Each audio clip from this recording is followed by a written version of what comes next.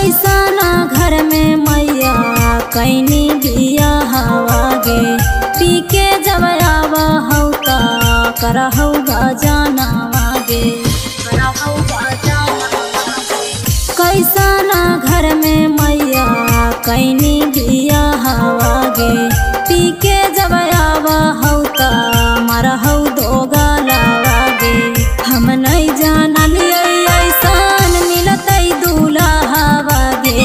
हम नहीं जानलियै ऐसन मिलतै दूल्हा गे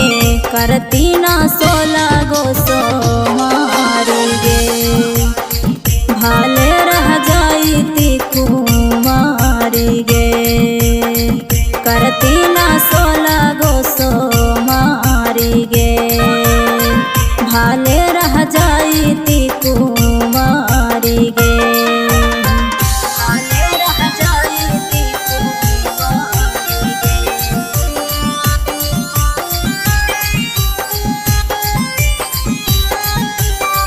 करती ना 16 गो हे गे मैया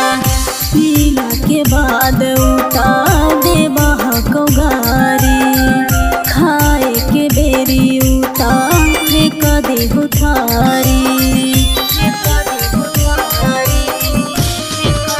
हे गे मैया पीला के बाद उतार देबा हको गारी खाए के बेरी उतार फेंक देहु थारी छतिया पर लतिया रखा दे हौ दो गलावा गे छतिया पर लतिया रखा दे हौ दो गलावा गे मारा हौ फारी फारी साड़ी गे भाले रह जाईती कुमारी गे करती ना 16 गो सोमारी गे भाले रह जाईती कुमारी गे भाले रह जाईती कुमारी गे।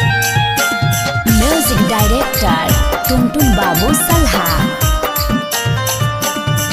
करती ना 16 गो आरती के उहो नहीं माना हको बात गे कोठिया तर झोटिया धर के दे हको चाप गे हे गे मैया आरती के उहो नहीं माना हको बात गे कोठिया तर झोटिया धर के दे हको चाप गे लेके बेला ना मरोजे मरहौ खेला ना मागे लेके बेला ना मरोजे मरहौ खेला ना मागे दिलकौ